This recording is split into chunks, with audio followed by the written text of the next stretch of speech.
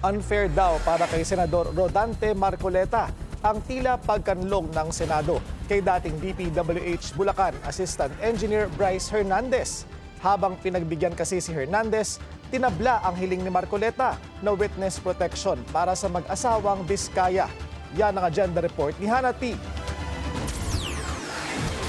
Dinala ni Senator Rodante Marcoleta sa plenary ang kanyang hinaing tungkol sa treatment ng Senado sa naging resource persons ng Blue Ribbon Committee. Tila may special treatment daw kasi kay Bryce Hernandez, ang sinibak na DPWH Bulacan official, at ikinatakot ang di umano'y banta sa buhay niya matapos magdawit ng dalawang senador sa flood control scandal.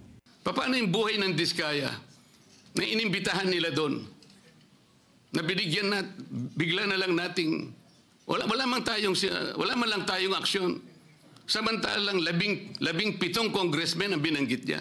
Hindi niyo ba naisip, manganganib din ang buhay niya? Pero walang nagsalita dito sa atin. Yun po yung aking nakikita. Noong siya ang Blue Ribbon Committee Chair, nag-alok siya ng provisional immunity sa mga kontratista ng flood control projects para raw mag-udyok sa kanilang magsalita. Kalaunan, kumanta na nga ang mag-asawang Diskaya at nilaglag ang more than 10 House lawmakers na tumatanggap umano ng kickback sa mga proyekto nila. Matapos nito, nilakad ni Marcoleta ang witness protection request sa DOJ para sa mga Diskaya, pero hindi pinirmahan ni na Senate President Tito Soto at Justice Secretary Boying Remulla. Ano ba ang provisional immunity? Sa konteksto ng Witness Protection Program sa ilalim ng RA 9681, isa sa benefits ng isang witness ay pansamantalang protection laban sa criminal prosecution kapag pinapasok sa programa.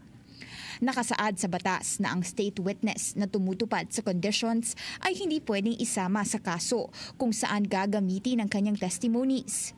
Ibig sabihin, kung napirmahan ang nasabing request, posibleng pansamantalang lusot sa criminal liabilities ang Diskaya couple sa mga kasong may kinalaman sa flood control projects at civil suits lang ang pwede nilang kaharapin. Sina Sara at Curly Diskaya na tinaguriang King and Queen of Flood Control Projects ng PCIJ ay kumokontrol sa siyam na construction firms at majority dito nakalikom ng billions worth of contracts mula 2018. Katwira ni Marcoleta, nasa panganib daw ang buhay ng mag-asawa, isang rason para agaran niyang ilakad ang witness protection request.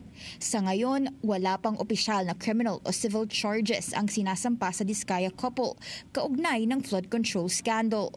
Para sa agenda, Hannah T, Bilyonaryo News Channel.